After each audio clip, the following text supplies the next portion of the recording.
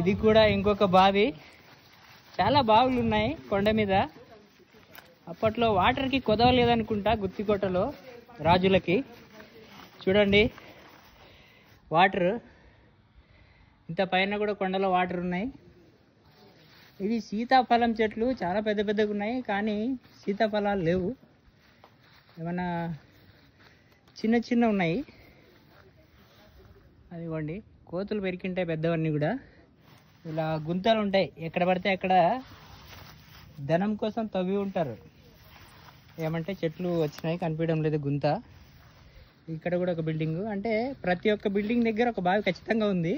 అంటే బావిలు ఉండడానికి, బావులు కట్టిన తర్వాతే ఆ పక్కన బిల్డింగ్ కట్టింటారు నాకు తెలిసి అప్పట్లో. ఇక్కడ కూడా ఒక బిల్డింగ్, రాజువారి కోట, అప్పట్లో గుత్తి కోట.